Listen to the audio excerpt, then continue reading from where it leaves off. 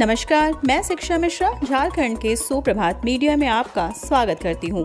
दोस्तों, झारखंड के तमाम छोटी बड़ी खबरों को जानने के लिए हमारे चैनल को सब्सक्राइब करें और साथ ही कमेंट सेक्शन में ज़रूर बताएं कि आप झारखंड के किस जिले से हमारे न्यूज़ को देख रहे हैं। तो चलिए शुरू करते हैं खबर को, जानते हैं आज के मुख्य समाचार। पुरानी पेंशन योजना को मिला भरपूर समर्थन। राष्ट्रीय पेंशन प्रणाली के तहत आने वाले सभी कर्मचारियों को पुरानी पेंशन योजना के तहत लाने की झारखंड सरकार की कवायद को राज्य कर्मियों ने भी पूरा समर्थन दिया है।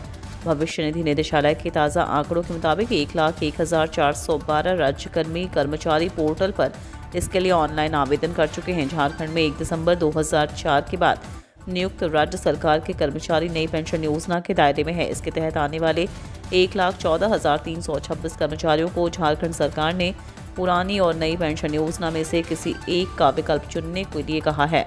भविष्य निधि निदेशालय ने इसके लिए ऑनलाइन आवेदन की अंतिम समय सीमा 31 दिसंबर तक रखी है। मेडिकल कॉलेज और एयरपोर्ट का सपना होगा पूरा। 15 जनवरी को होगी एयरपोर्ट परिचालन संबंधित उच्च स्तरीय बैठक। नए साल से बोकारो जिले को नई सौगात मिलने वाली है। एयरपोर्ट लगभग तैयार है। नए साल से इस एयरपोर्ट से हवाई जहाज उड़ान भरने को तैयार है। दूसरी बड़ी सौगात बोकारो जिले को मिलने वाली है, वह मेडिकल कॉलेज की है। सेक्टर 12 में प्रस्तावित मेडिकल कॉलेज का सपना भी पूरा हो रहा है। सूत्रों के अनुसार 15 जनवरी के आसपास एयरपोर्ट परिचालन संबंधित उच्च स्तरीय बैठक होनी है। दूसरी तरफ मेडिकल कॉलेज निर्माण का DPR उपलब्ध कराने का निर्देश झारखंड राज्य भवन निर्माण निगम लिमिटेड के निदेशक को दिया गया है। विधानसभा में बोकारो विधायक बिरंची नारायण ने बोकारो एयरपोर्ट संबंधित सवाल उठाया था। अपने सवाल में विधायक ने कहा कि बोकारो एयरपोर्ट लगभग बनकर तैयार है। केंद्र पर जमकर बरसे CM सोरेन, कहा केंद्र ने अभी तक 5,000 करोड़ नहीं दिए। झारखंड विधानसभा के शीतकालीन सत्र के आखिरी दिन मुख्यमंत्री हेमंत सोरेन ने सदन के अंदर भाजपा और केंद्र सरकार पर हमला बोला है। उन्होंने कहा कि बीजेपी अब महंगाई पर नहीं बोलती। 400 रुपये वाली गैस 1200 रुपये और 5 रुपये का प्लेटफॉर्म टिकट 50 रुपये में मिल रहा है। रुपए के मुकाबले डॉलर का भाव आज़ादी के बाद सबसे उच्च स्तर पर है। आज रेलवे और आर्मी में नौकरी बंद है। अग्निवीर योजना लाकर इन्होंने 4 साल में युवाओं को बेरोजगार करने का प्रबंध कर दिया। नक्सल पीड़ित बच्चों के स्कूलों में अब 10वीं तक होगी पढ़ाई। केंद्र सरकार ने दी मंजूरी। नक्सल प्रभावित क्षेत्रों में पढ़ने वाले बच्चों के लिए खुशखबरी सामने आई है। केंद्र के सहयोग से नक्सल पीड़ित एवं अभिवंचित वर्ग के परिवारों के बच्चों, अनाथ एवं एकल माता पिता के बच्चों के लिए संचालित नेताजी सुभाष चंद्र बोस आवासीय विद्यालयों में अब 10वीं कक्षा तक पढ़ाई होगी। बता दें कि केंद्र ने इन 26 स्कूलों को अपग्रेड करने के लिए राज्य सरकार के प्रस्ताव पर अपनी स्वीकृति प्रदान कर दी है। साथ ही इनमें शिक्षकों एवं अन्य कर्मियों के 416 पदों की स्वीकृति देते हुए इनके लिए मानदेय की राशि देने पर भी अपनी सहमति दे दी। शिक्षकों एवं अन्य कर्मियों के मानदेय व अन्य संसाधनों पर खर्च होने वाली कुल राशि में 60% राशि केंद्र सरकार देगी। बार काउंसिल ने कोर्ट फीस संशोधन विधेयक को नकारा। CM से मिलकर विधेयक को वापस लेने की करेंगे मांग। झारखंड बार काउंसिल ने कोर्ट फीस संशोधन विधेयक को अस्वीकार कर दिया है और इस पर फिर से विचार करने की मांग की है। बार काउंसिल ने अपनी बैठक में विधेयक पर चर्चा की और इसके लिए एक कमेटी का गठन करने का निर्णय लिया, जो इस मामले पर मुख्यमंत्री और राज्यपाल से मिलकर कोर्ट फीस के संशोधन को वापस लेने की मांग करेगा। यदि बार का काउंसिल की बात नहीं मानी गई तो इसके खिलाफ आंदोलन करेंगे। विधानसभा का शीतकालीन सत्र अनिश्चितकाल के लिए स्थगित। झारखंड विधानसभा का शीतकालीन सत्र शुक्रवार को अनिश्चितकाल के लिए स्थगित कर दिया गया। 5 दिनों तक चले सत्र के दौरान 8 विधेयक पारित किए गए और 8,533.79 करोड़ रुपए के पूरक बजट को मंजूरी दी गई।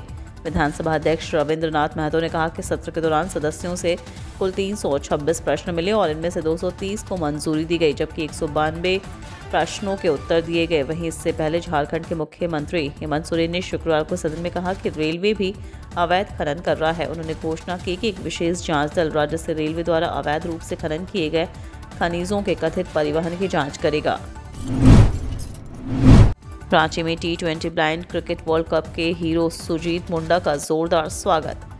Blind T20 world cup trophy उठाने के बाद भारतीय टीम के सदस्य के ऑलराउंडर सुजीत मुंडा अपने घर रांची लौट आए। रांची लौटने के बाद सुजीत का लगातार स्वागत किया जा रहा है। पूरे टूर्नामेंट में शानदार प्रदर्शन करने वाले सुजीत भी विजेता के तौर पर होने वाले एहसास को बेहद उत्साहित हैं। वर्ल्ड कप की ट्रॉफी उठाना हर खिलाड़ी का एक सपना होता है। ब्लाइंड T20 वर्ल्ड कप की ट्रॉफी उठाने का सपना पूरा करने के बाद टीम इंडिया के ऑलराउंडर सुजीत मुंडा अपने घर लौट आए हैं।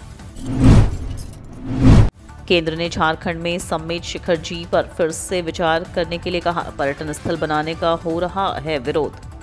केंद्रीय पर्यावरण मंत्रालय ने शुक्रवार को झारखंड सरकार को पत्र लिखकर पारसनाथ अभयारण्य के संबंध में जैन समुदाय से प्राप्त प्रतिवेदन पर प्राथमिकता के आधार पर विचार करने को कहा है।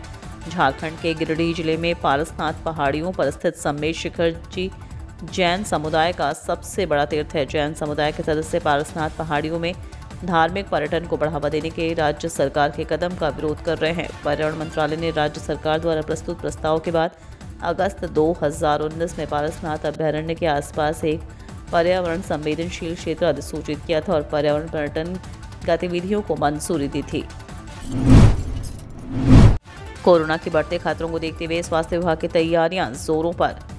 देश के कुछ हिस्सों में कोविड के नए वेरिएंट की दस्तक को देखते हुए जिले में स्वास्थ्य विभाग ने भी तैयारियां शुरू कर दी हैं।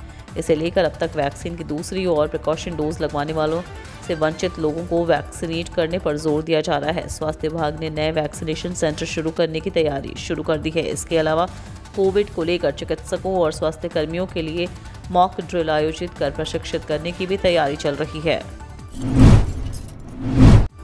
इनकम टैक्स की चेतावनी। आधार से लिंक कराएं पैन कार्ड वरना हो जाएगा इनएक्टिव।